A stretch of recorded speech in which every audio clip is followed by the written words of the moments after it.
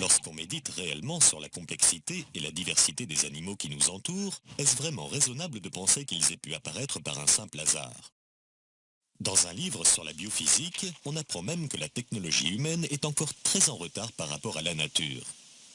Saviez-vous, par exemple, que la mouche, grâce à deux petits organes qui contrôlent le battement de ses ailes, arrive à effectuer des manœuvres en plein vol qui surpassent de loin celles effectuées par les avions de chasse d'aujourd'hui? Saviez-vous aussi que les systèmes de chauffage et de climatisation des nids de termites sont supérieurs à ceux inventés par l'homme en termes de consommation d'énergie et d'équipement? Saviez-vous que le système de transmission à haute fréquence des chauves-souris est bien plus efficace que n'importe quel radar conçu par les humains?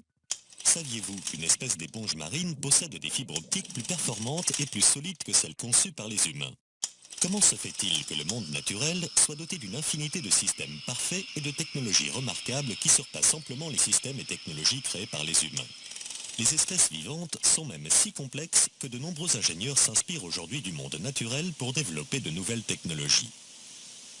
Saviez-vous, par exemple, qu'un télescope à rayons X a été conçu en imitant l'œil du homard?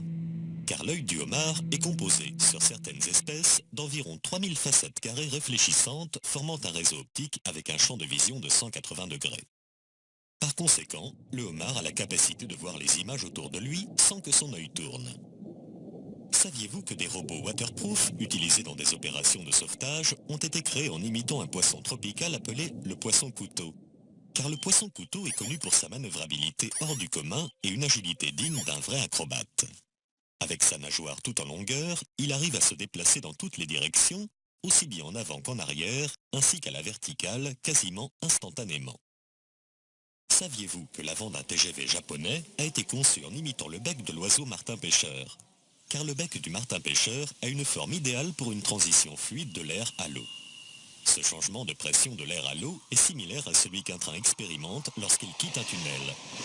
Les ingénieurs japonais ont donc décidé de reconstruire l'avant du train en reproduisant le design du bec du martin-pêcheur, ce qui a permis de réduire le bruit des trains, mais aussi leur consommation d'énergie de 15%. Saviez-vous aussi que la surface la plus imperméable qui existe a été créée avec des soies d'araignée? Et qu'une nouvelle technologie d'affichage a été créée en s'inspirant du système de réfléchissement de la lumière présent dans les ailes de certains papillons? N'y a-t-il donc pas dans la nature tant d'exemples qui devraient nous amener à réfléchir et à nous demander, est-ce raisonnable de penser que tout ceci soit le fruit de simples accidents?